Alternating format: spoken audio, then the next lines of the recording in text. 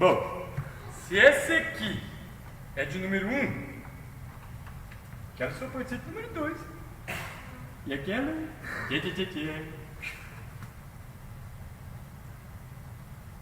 Caceta, essa numeração também.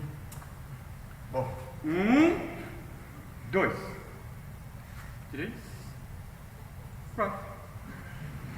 Ou 1, 2, 3. Lázaro! Ô Lázaro! Quem que foi que só tem duas paredes com número, velho? 1 e 3! Como é que eu vou saber qual que eu tenho que derrubar? Vai derrubar de número 4, sua besta. Besta é puta que te pariu. Como é que eu vou saber se não tem um número? Inteligência. É só seguir a numeração a partir do número 1, né? 1, 2, 3. A quarta é que deve estar sem número, né? Ô infeliz! Já não falei que só tem os números 1 e 3? Aí! Bem, como que eu vou saber qual que é 2 e qual que é 4? Vou te ensinar, animal. Ensinei, ô sabão. Levanta aí a tua mão esquerda, vai. Fica de frente para o número 1. Vai lá. Já tô! Já disse, levanta a mão esquerda. Levantei!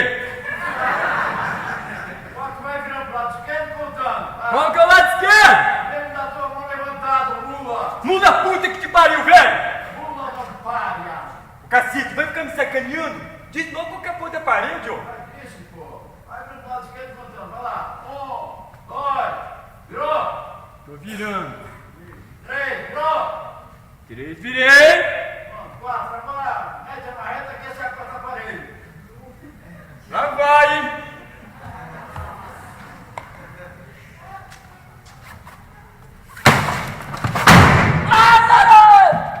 Ô, Lázaro! Acende a luz aí, velho! Pela tela que caiu, não tô vendo droga nenhuma!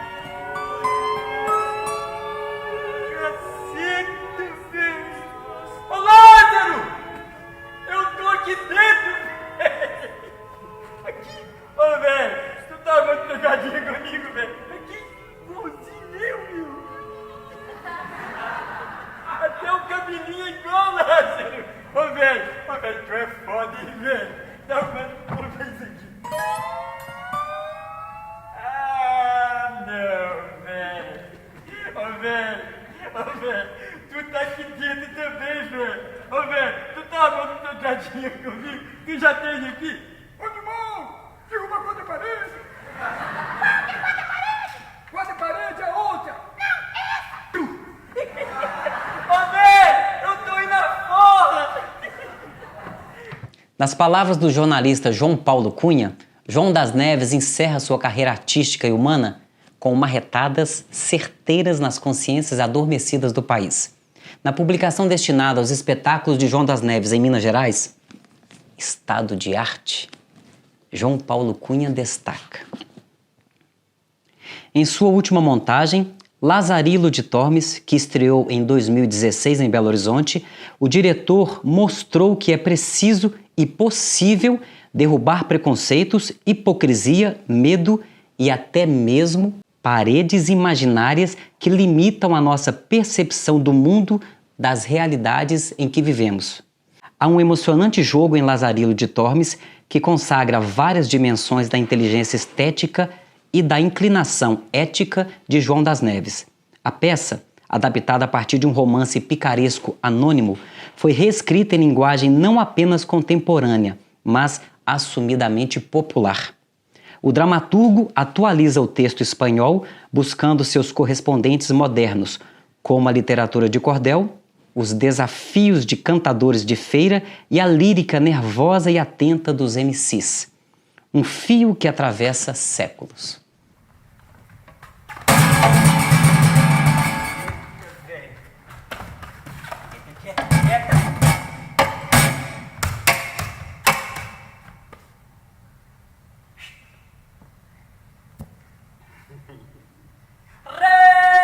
Respeitável público que hoje aqui comparece, corajoso e destemido, desdenhando do perigo de atravessar a cidade para acompanhar uma história sem feitos, herói ou glória.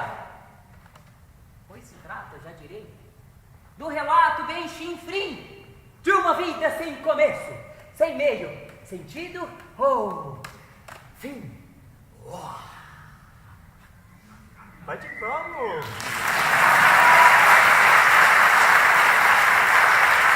Oi, papai!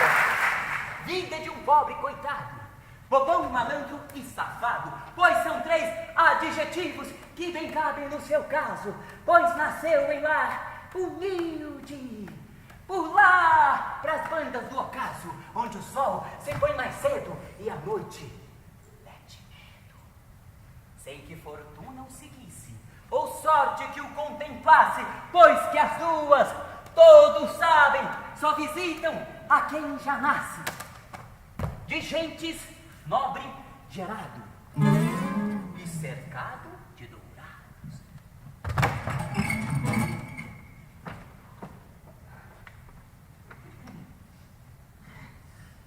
Cara, que foi isso, porra? Ô, Pedro. Derrubou a parede errada, cara. Eu fiz o quê, ó? Isso que é o quê? Tu não mandou levantar a mão esquerda? Mandei. Então, pô, foi o que eu fiz. Sei. Depois tu não mandou contar e virar pro lado da mão esquerda? Mandei. Então, pô, foi o que eu fiz. Então, tu não mandou descer a marreta? Mandei. Aí eu desci. Então tá certo, a parede tá derrubada, hein? Tu tá querendo mandar você levantar a mão esquerda? Mandou. Não. Então levanta aí de novo pra eu ver, vai. Por quê, pô? Tá me sacaneando, né? Não, cara, só pra verificar. Levanta aí de novo a mão esquerda.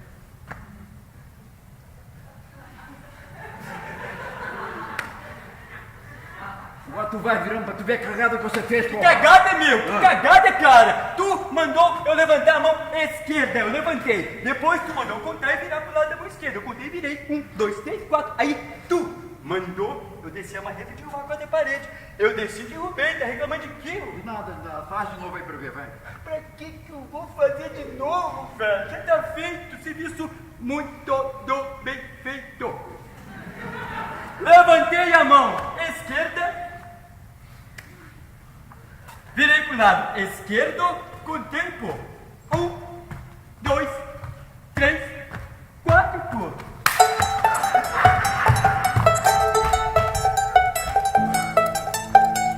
Cara, foi isso! Pedro, pô! Pô, Pedro, você derrubou a parede errada, cara, que cagada! Nome errado é meu. Não era pra derrubar a quarta parede? É, cara. Então, o quê? eu derrubei. Você derrubou a segunda, cara. Eu fiz o que você mandou, velho. Eu mandei você levantar a mão esquerda, virar pro lado esquerdo e contar até 4, pô. Então, eu levantei a mão esquerda. Essa aqui, ó. Tá vendo só? Tu é uma besta. Essa é a mão direita, porra.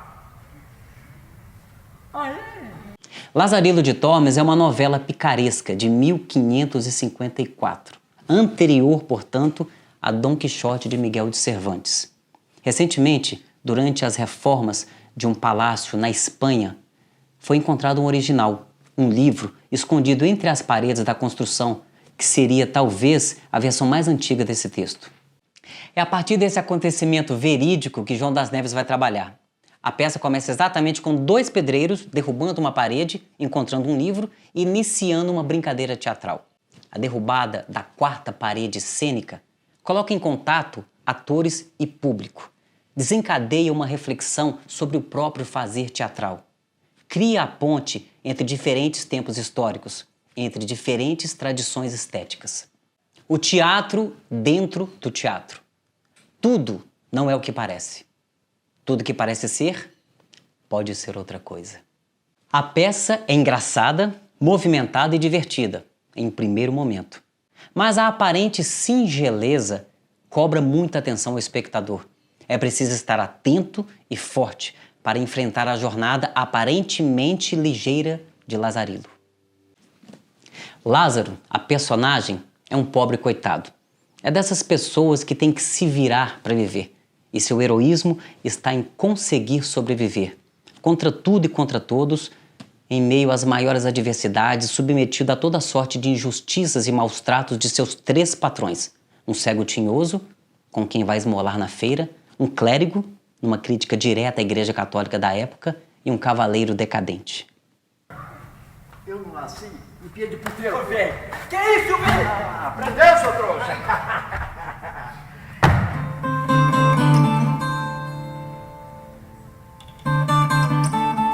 Vai aprendendo que o cego já nasce vendo no escuro.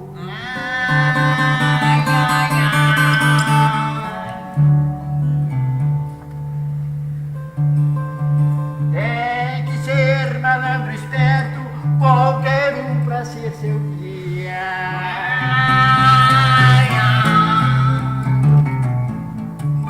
Boca de bunda no chão,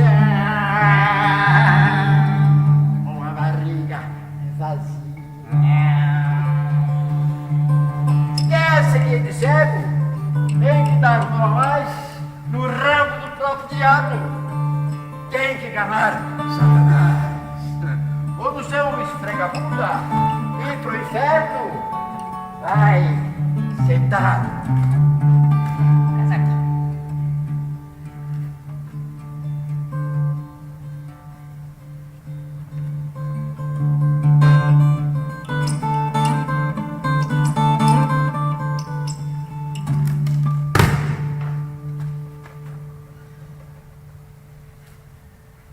Nasci em Pia de Corte. No bordel fui batizado. E na rua, como um traste, bem pequeno fui jogado. O que diz é bem verdade. Boas coisas me ensinaste. Agora fica um instante sozinho que eu vou me alimentar, né? Cate todas as moedas que nos jogam, hein? Não me roubes. Trabalha e já comerás.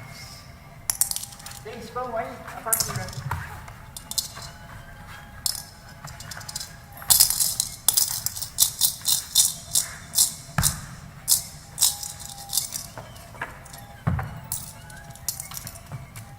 Desgraçado desse cego, pois trabalho e passo fome. As migalhas que me sobram não enchem a pança de um homem. Mas deixe estaca de ferro e pro capeta te entrego. Estás aí a resmungar. Cate todas as moedas, passa aqui na minha mão.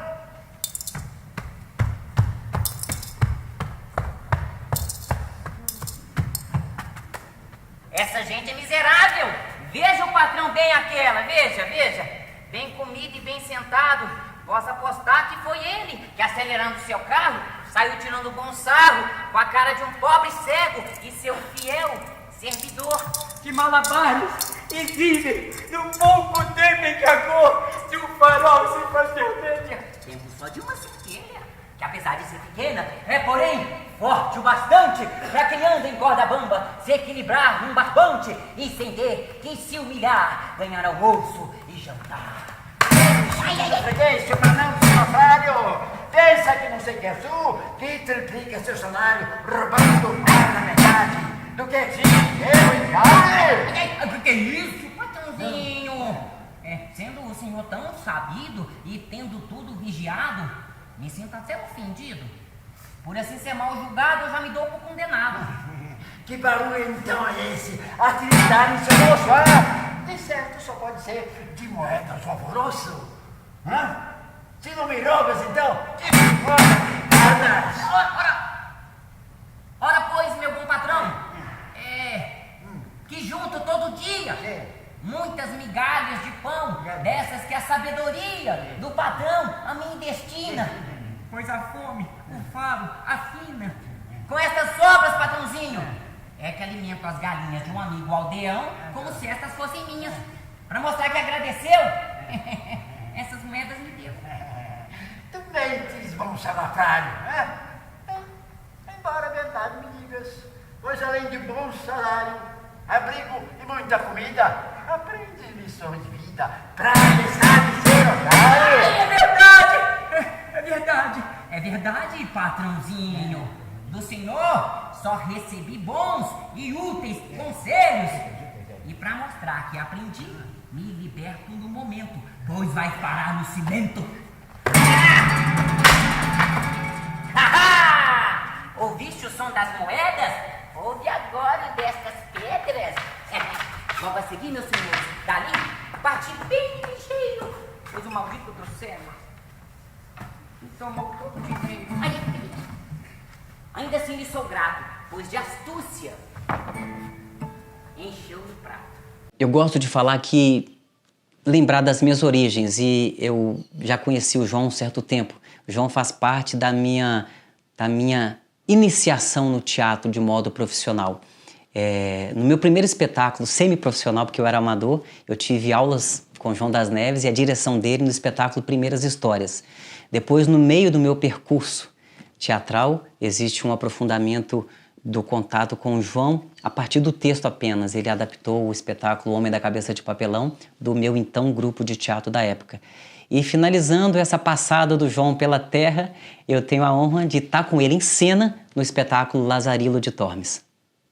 Uma coisa que é muito legal ressaltar nesse espetáculo é a diferença etária, né? Além de ter um mestre, que é o João das Neves, que me formou, depois ele me vira meu companheiro de cena, existe uma diferença nítida e que ela foi jogada com muito respeito de ambas as partes. Um ator de 50 anos e um ator de 82 anos na época. Então, era não só por isso, a divisão dos papéis também seguiu um pouco essa orientação do physique de rôle, né? O João das Neves era o patrão e eu era o empregado no primeiro momento. Mas era sempre um cuidado ao mesmo tempo que de um respeito entre mestre e discípulo, se pode dizer assim. Existia um carinho muito grande do João em estar em cena comigo e um respeito. É difícil de...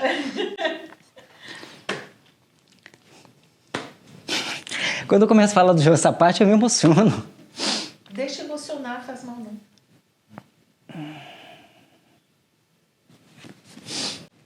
Então, em cena, a gente tinha muito respeito, tinha um respeito profissional meu, do João, né? Tudo que o João representa, e o João comigo, que era um ator, um ator reconhecido no seu meio, e que o João iniciou, e que o João tratava de igual para igual. E ao mesmo tempo que tinha essa horizontalidade de hierarquia enquanto estávamos em cena, havia um cuidado muito grande meu com o mestre. O mestre é uma pessoa que, é claro, não tem um vigor físico que eu tinha, mas surpreendentemente dava cambalhota em cena, fazendo a gente, toda a produção, e eu também, ter um cuidado no momento da cena para não deixá-lo exagerar, porque o João não se continha.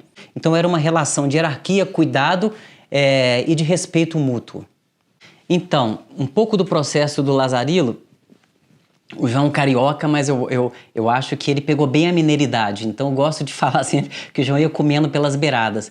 E também é um processo, né? É uma didática interessante que eu conheci no João desde o período de formação como ator ainda amador. O João nunca ia direto para o texto, para decorar o texto. E isso eu levei para a minha vida teatral.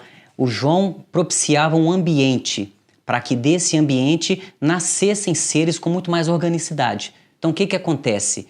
Se o texto é imbuído de uma atmosfera da época, o João queria primeiro fazer-nos sentir essa atmosfera. Então a primeira coisa não foi pegar o texto Lazarilo de Tormes, foi a gente ler Cervantes.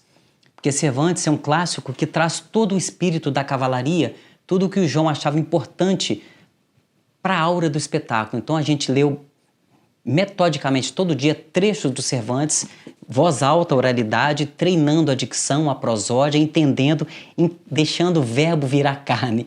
Depois desse processo de ler, a gente começou, ainda não foi para o texto do Lazarilo de Tormes, a adaptação do João, a gente foi ler a novela mesmo, picaresca, Lazarilo de Tormes, com as passagens, as novelas que a gente nem chegou a utilizar.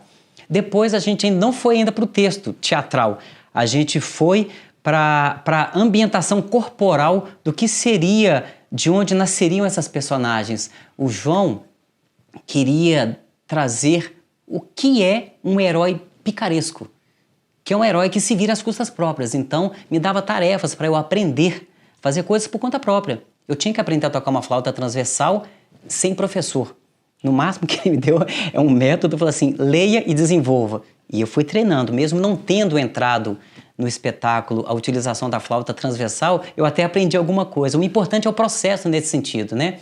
Mais do que a chegada, como diz Guimarães Rosa, é a caminhada. Então a caminhada para pegar o espírito do que é um herói picaresco já foi introduzida aí. Outras coisas que o João colocava. Os heróis picarescos e o circo popular tem muitas gags de taponas de palhaço, de maldades, de picardias. E o João deixava todo o seu lado heresinho e sacana vir à tona, e eu levei muita pancada na cabeça, levei muito tapão na orelha, eu não podia revidar, porque era o meu mestre, era o meu diretor, mas é claro que a gente sempre fazia uma troca de picardia durante esse processo de ensaio numa clave, numa rasteira que eu levava, um tapinha de leve, tudo como provocação para criar um clima.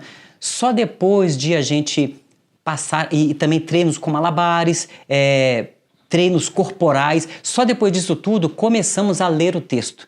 E ainda assim, começamos a pensar como que seria o corpo das personagens, passamos quase todos nós por todos os personagens para depois definir quem seria qual e começar realmente o processo de construção de cena. Escapei do trovão e toquei com o relâmpago, porque comparado com o Cléber, o cego parecia um Alexandre Wagner, apesar de ser avareza em pessoa como Voltaire. Não digo mais nada, a não ser que toda a miséria do mundo nele se concentrava. Não sei se sua própria colheita, ou por influência do hábito que usava, ou da Bíblia que empunhava e da qual tirava estranhos conceitos. Possuía ele uma velha arca fechada, que trazia atada a uma argola de capote. Tão logo chegava o pão das encomendas da igreja, ele guardava na arca e tornava a fechar.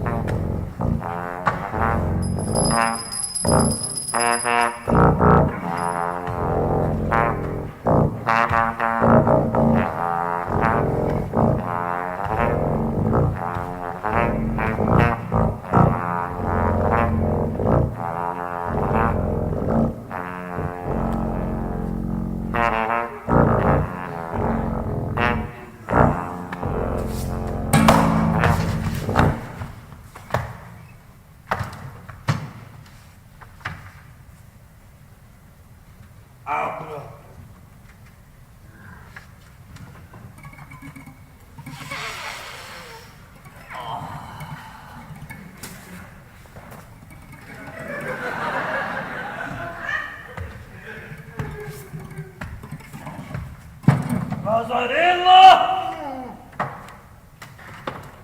Vá ao padeiro e me traga a cabeça de carneiro que encomendei. E que esteja bem assada. A pururuca, que morro de fraqueza.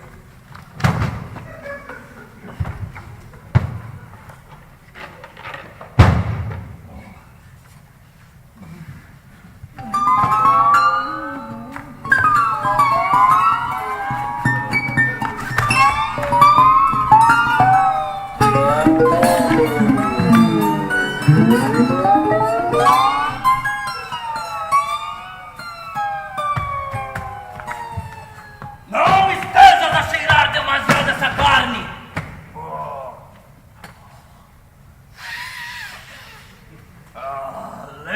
noite que a gula é um dos pecados capitais mais terríveis.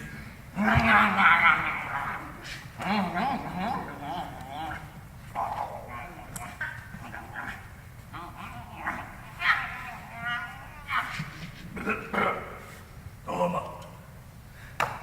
Coma e triunfe. Que o mundo é todo seu. Você tem vida melhor que a do Papa. Veja, meu bom rapaz.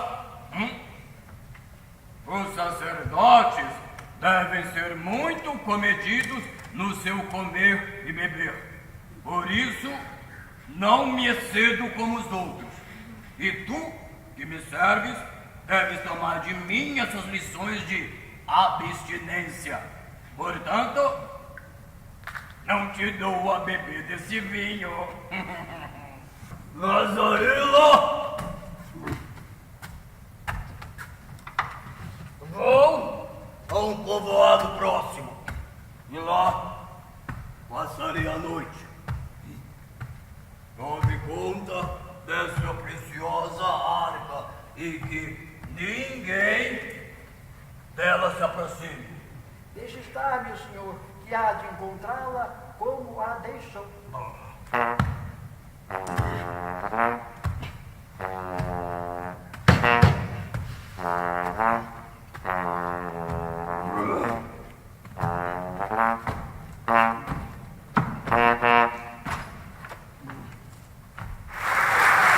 Esta cena no escuro só se deixa entrever, pois eu só levo logo comer quando o padre está ao caute.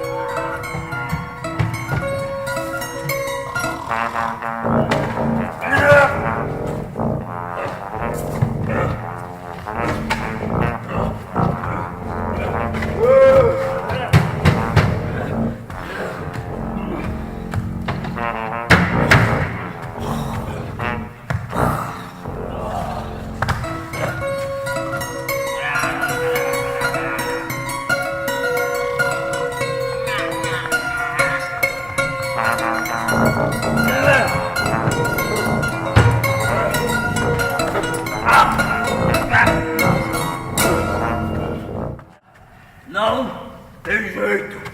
Vai feito. Vai tudo de mal a pior. Mas pra mim tá melhor. Assim me acaba a comida. Só assim eu ganho a vida. Mas já vejo a solução. Tô vendo a petição. É matar o rato a pau. Ai, cada me sinto mal. Vamos ficar acordados. Ai, dessa vez eu estou lascado. E se o rato aparecer, Vou parar de comer. vamos matá-lo a pauladas. Ai, minhas costas quebradas. Lazarilo, tu de lá. Que o senhor de lá está. Mas que vejo eu aqui? Também ali e acolá. Tantas chaves nunca vi. Por que tantas haverá? Espalhadas pelo chão, me chamam agora a atenção. É verdade, meu patrão. Para contar, conte comigo. Mais que nunca seu amigo. Estou vendo. Quer saber? Chegando a uma conclusão. Pronto, soprou para mim. É que das chaves que vês, nenhuma delas serviu. Para que um rato, ladrão, abrindo a arca sutil, roubasse todo o meu pão. E como fez ele então? Não sabe? Sabe, Te direi. mas diga, Vou dizendo. eu vou sofrendo tremendo. É que um rato, com essas chaves, Tu me descobriu. procurou roubar-me o pau. Não tem mais salvação. E como não conseguiu, fez na arca um buracão. Sabe quem foi? Não sei. Já te digo, manganão, tu que meu pão me roubaste, hás de engolir estas chaves para que matando a tua gula, a tua fome se acabe. Bem se vê que de um cego tanto tempo foste guia, pois que muito lhe roubavam e um cegueta nada via, mas comigo é diferente. Vai-te embora, segue em frente. Pois em minha companhia não desejo um servidor, não. Ela, seu senhor, que lhe rouba noite e dia, fingindo ser diligente. Vá procurar tua gente.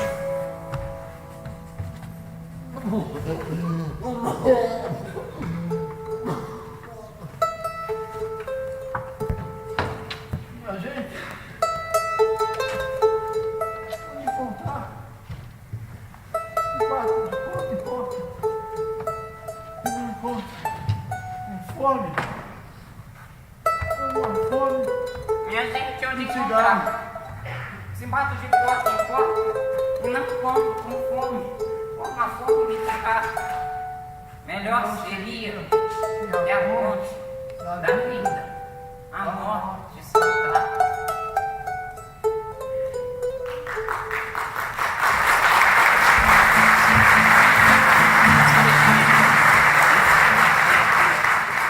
Queria falar agora da atualização e atualização das personagens. Lazarillo é um personagem espanhol, da Idade Média, e como a gente já falou aqui, até pelas palavras de João Paulo Cunha, existe uma fraternidade subterrânea que liga o pícaro espanhol aos tipos marginais aqui. Isso deu origem, o João falava muito bem disso, de todos os anti-heróis brasileiros, seja Macunaíma, seja João Grilo, seja... enfim, esses personagens sem estrutura que se viram na vida a partir da sua astúcia, como a gente já falou. Então, o personagem, primeiro, Lazarillo, ambientado na Idade Média, é o primeiro personagem que eu faço do romance, antes, claro, da introdução do espetáculo, que são os pedreiros. Mas o Lazarillo da época medieval, ele dialoga diretamente com o Lazarillo do segundo ato, que é, na verdade, uma transposição de uma força de construção de ser ambientado no momento atual. Se na época média, na Idade Média, o Lazarillo tinha como possibilidade de sobrevivência pequenos furtos nas feiras, enganar os seus patrões, aquele cego, o clérigo ou um cavaleiro decadente, o Lazarillo da atualidade não tem mais esses patrões, mas tem a sociedade. E ele perverte essa sociedade a partir da violência, a partir de um ataque, a partir do tráfico, a partir de roubo à mão armada. Então o João coloca essa ponte muito bem traçada, um salto histórico de séculos, mostrando que tudo começou lá atrás, o ovo da serpente. O Lazarillo da Idade Média, nas feiras, se transforma nesse Lazarillo nos sinais que rouba, que mata e que trafica. Isso é um personagem. Falar dos outros personagens. Primeiro, o pedreiro, onde abre a peça. O pedreiro é uma criação total que o João das Neves fez para ambientar esse romance com essa circunstância histórica que já foi falada aqui. É um personagem sem instrução, é um personagem que está numa relação social de inferioridade em relação ao seu patrão, e ele tem uma ludicidade que, ao encontrar o romance Lazarillo, ele resolve, junto com seu patrão, com menos vontade do que ele resolve brincar de fazer teatro. Então é um personagem inculto, é um personagem submisso, mas que já tem aquela pequena centelha de um herói picaresco, porque ele se vira. Mesmo sendo o pedreiro inferior que tem o patrão, que o João das Neves faz o pedreiro patrão, Esse personagem que eu faço, que é o pedreiro empregado, ele acaba passando a perna no João das Neves. No João das Neves, não. No personagem do João das Neves, que, de certa forma, já é um retrato do que acontece com os heróis pícaros, né? Eles suplantam seus patrões. Então, já nesse primeiro personagem, há essa configuração de desenvolvimento dramatúrgico. O segundo personagem é o Lazarilo, que eu já falei dele. O terceiro personagem, que é um personagem que eu tenho muita estima, que é um clérigo. O clérigo, que é um dos patrões da época, tem todas as suas corrupções morais, corrupções que todo padre na época carregava enquanto pintado pela literatura, enquanto pintado pelos pintores. São corruptos, são glutões, são mandões, se acham os donos da razão, os donos do mundo. Então é um personagem carregado de defeitos e com uma retórica muito grande que o Lazarilo, nesse momento, quem faz o João das Neves, consegue passar a perna, porque esse é o objetivo do romance picaresco. O Lazarilo sobressai-se sobre esse personagem autoritário e pretensamente superiores. O outro personagem, que é voltamos no Lazarilo, né? É o Lazarilo moderno, mas antes dele tem um terceiro personagem que é feito pelo Rodrigo Cohen, que é o cenógrafo e figurinista, que o João das Neves enxergou nele a configuração da triste figura e trouxe o Rodrigo Cohen para dentro da encenação.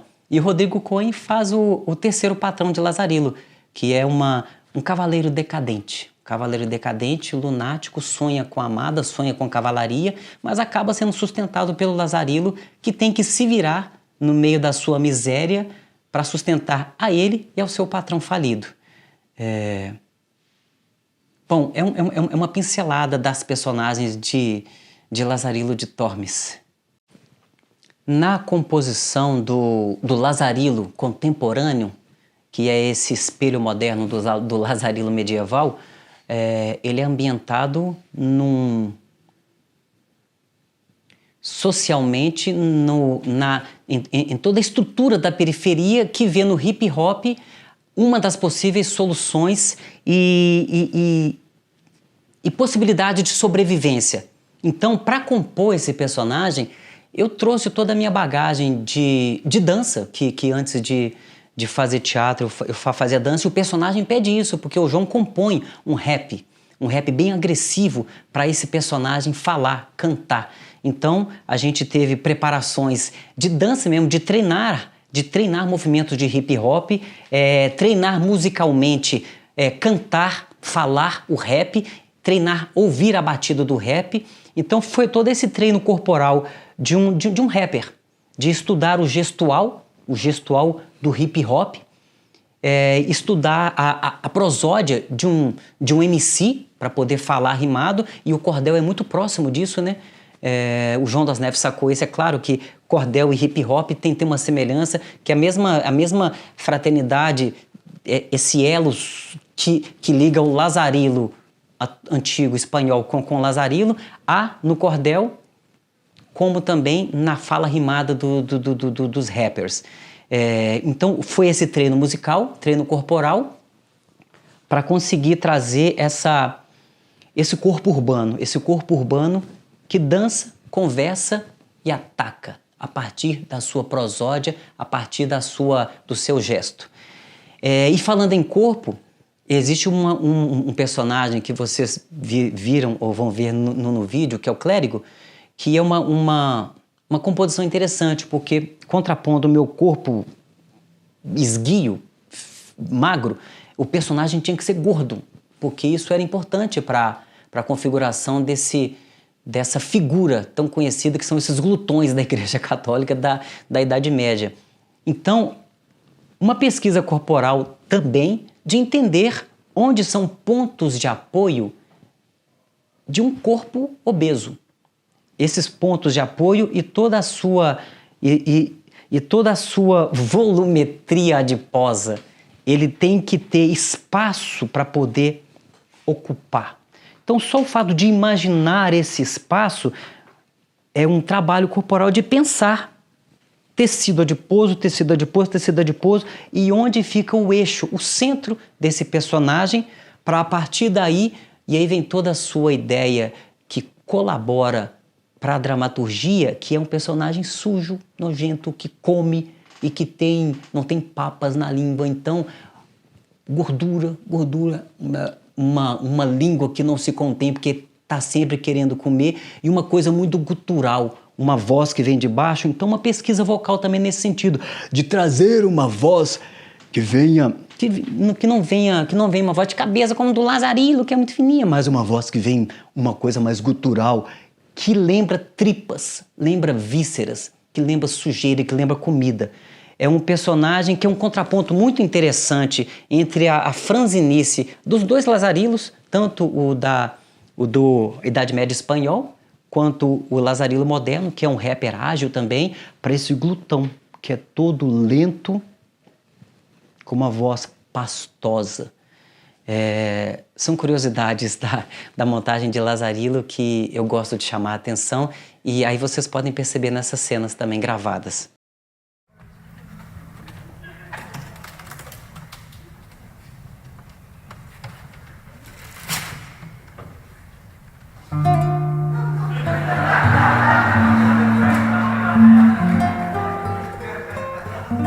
A razão tá sem razão, que a minha razão me parece.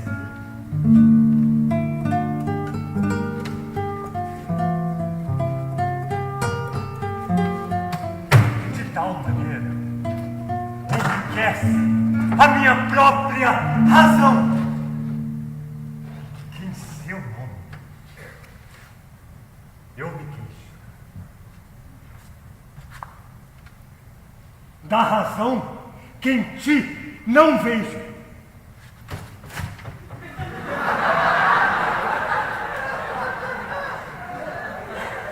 Quem será esse maluco? Que com fala revezada se queixa de mal de amores. Senhor de posse será, pois só com vida arranjada se canta tais de sabores. Meu rapaz, estás à procura de algo? Sim, senhor. Pois então me acompanhe, que Deus lhe fez o favor de topar comigo. Alguma boa oração você rezou hoje? Agora vejam, senhores. O grande azar que me coube. Pois atrás do escudeiro, rodei por toda a cidade. Em muitas praças passamos, mas para comer não paramos.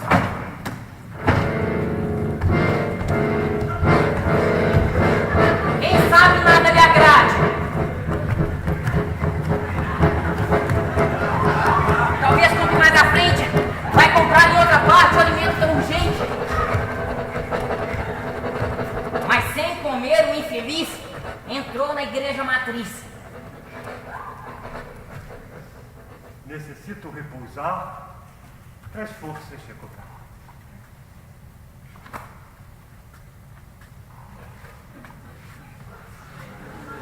Senti minha fome aumentar, na razão dos dissabores, mas disfarcei como pude, dizendo estar satisfeito por ter podido encontrar um senhor entre os senhores.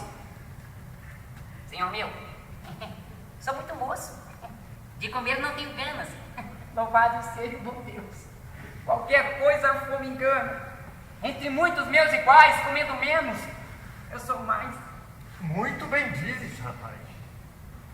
Pois quem sabe se abster dos prazeres desta vida, muitas graças há de obter. Mas não exagere. Come. Estás a cair de fome.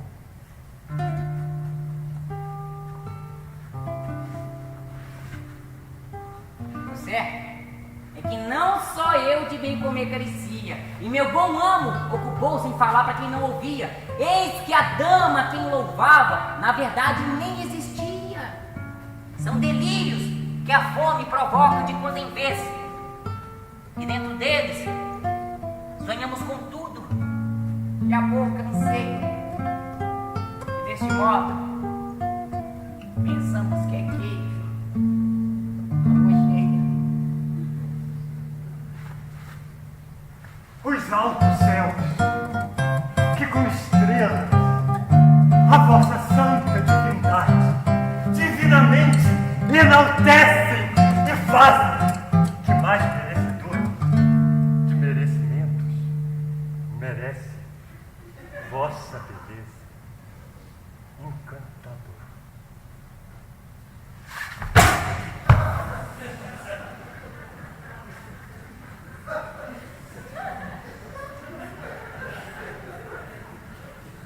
Assim eu perdi o juízo, tentando em vão entender o sentido sem sentido do que estava ele a dizer.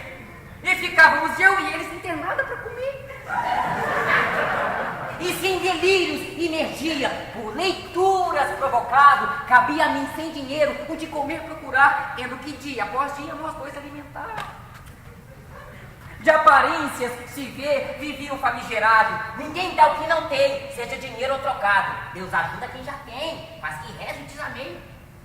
Mas ele, pobre diabo, só usava roupa usada, passando por cavaleiro com armadura e espada. Mas para prover o nosso pão, não tinha um só ducado.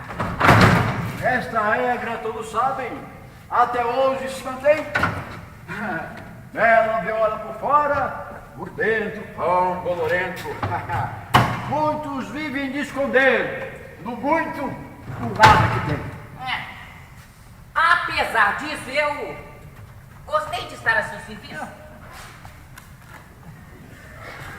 Não era mau como cego, nem mesquinho como clero, a quem Deus, de mão beijada, punha azeitona na empada. João das Neves reconhece a fraternidade entre o pícaro espanhol e os tipos marginais brasileiros que sobrevivem às custas da sua própria astúcia. João Paulo Cunha prossegue. João das Neves mostra que existe uma ligação subterrânea que não se rompe com o passar dos séculos. Como se a serpente tivesse criado o ovo que fosse eclodir no Brasil de nossos dias. Tristes dias de golpe contra a democracia. A dimensão picaresca se preserva. A peça é engraçada, divertida, até que joga o espectador frente ao teatro de horrores da cena política contemporânea. A graça se torna amarga ironia. A indignação sarcástica se transforma em revolta. Há uma realidade sem mediação. Pois nós já dissemos na saga de um grande herói. Um homem sem importância desses capítulos de história, é sendo bem mais fudido.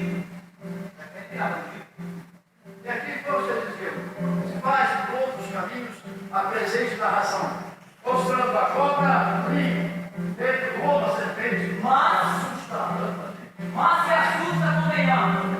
Há quanto tempo lembremos que essa história se repete? Ninguém por pobre é barrigo, já nasce sendo pivete e projeto de bandido.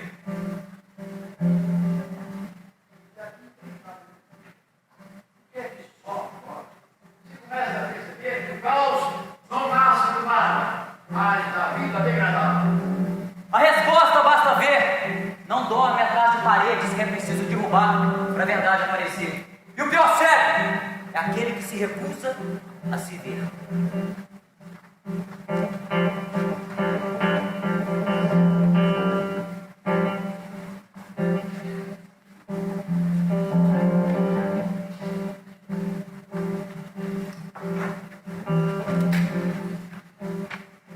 Pois se bandidos são muitos, se a maioria é presunto, os maiorais, no entanto, são matéria de outro assunto.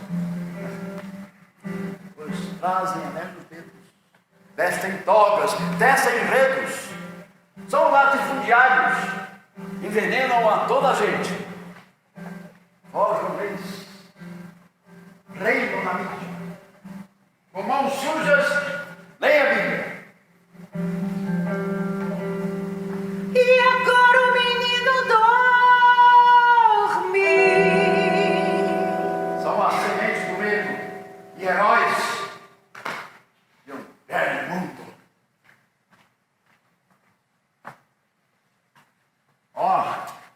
Mas deixemos de conversa.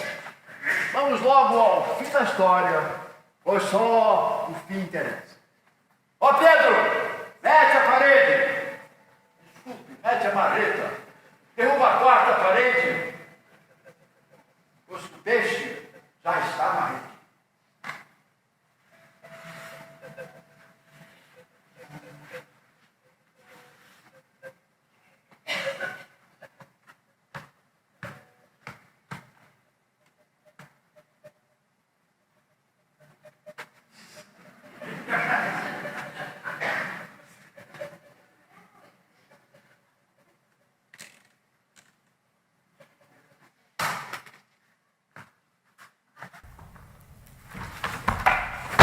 você, mamãe, pela minha família. Contra o comunismo, meus netos.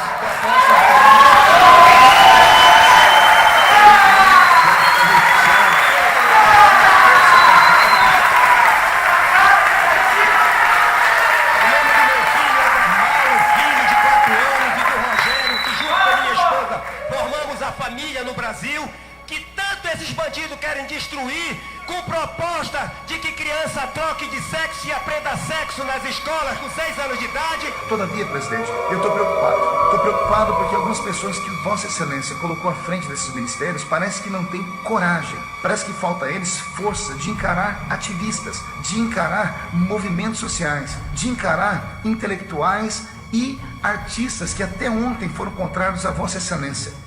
Meus amigos que são intelectuais, os que são artistas, deixa eu dar uma palavrinha para vocês. Se vocês estão tristes com o fechamento do Ministério da Cultura, procure o Ministério do Trabalho. Vá arrumar o que fazer. Pare de ficar sugando nas tetas do governo e vamos fazer o nosso país caminhar. Pelo meu país, pela memória do coronel Carlos Alberto Brilhante Ustra.